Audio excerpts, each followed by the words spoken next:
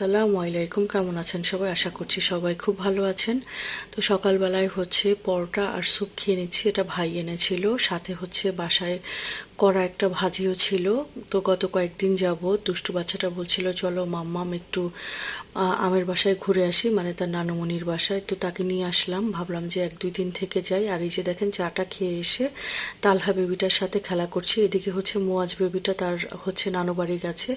তো একমাত্র সঙ্গী ছিল তালহা বেবিটা এবার এই 2 দিনের সফরে সাবাত বাচ্চাটার সাথে।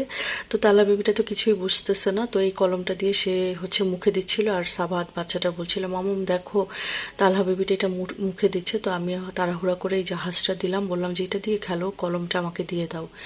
তো এরপরে একটু বারান্দায় আসলাম, এসে দেখার জন্য যে আম্মুর কি কি হয়েছে সবজি। তো এই কচু গাছগুলো দেখে আমার তো খুব ভালো লাগলো। তারপর এখানে আম গাছ ছিল, আম গাছ মনে হয় আমের বিচি থেকে ফেলেছিল, ছোট্ট গাছ হয়েছে।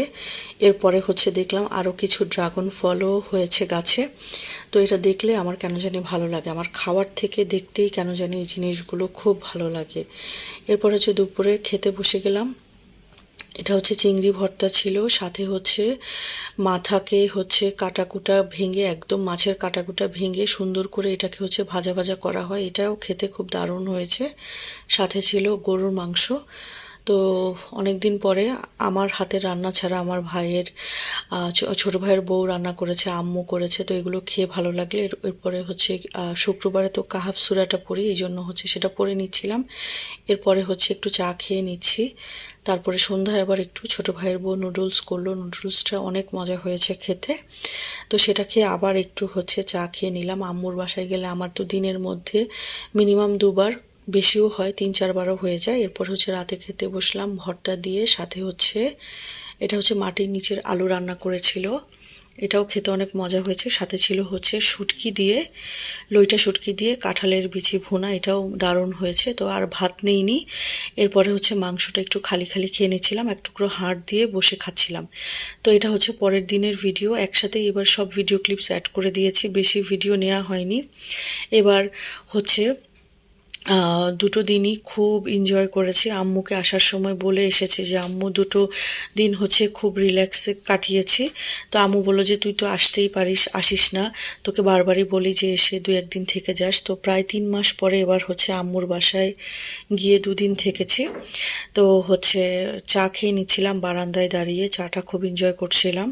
এরপরে এই যে দুষ্টুটাকে দেখেন, তার মামা একটা তাদের টুর্নামেন্ট হয়েছে তার ফ্রেন্ডসদের মধ্যে। তো সেখানে তারা তার টিম রানার্স আপ হয়েছে।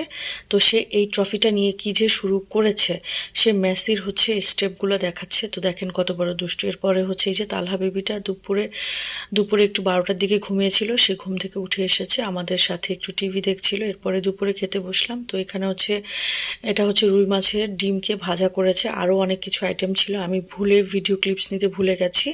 বাইরে বৃষ্টি হচ্ছিল, তাই ভাবলাম যে তাড়াহুড়া করে খেয়ে একটু বারান্দায় আসি, এই জন্য ভিডিও ক্লিপস আর নেওয়া হয়নি। তো বারান্দায় এসে দেখি বৃষ্টিও কমে গেছে। তো কি আর করবো, একটু তারপরেও হাত ভিজালাম। এরপরে সন্ধ্যায় একটু চা খেয়ে নিলাম। তো যেহেতু চলে আসবো আজকে বৃহস্পতিবার রাতে গিয়েছি, শুক্রবারে ছিলাম, আর শনিবার রাতে চলে আসব। তো তাড়াহুড়া করে চলে আসবো, এই জন্য তাড়াহুড়া করে খেয়ে নিচ্ছিলাম। এখানে খাসির বিরিয়ানি করেছিল। তো আজকের ভিডিও ছিল এই পর্যন্ত। আল্লাহ হাফেজ।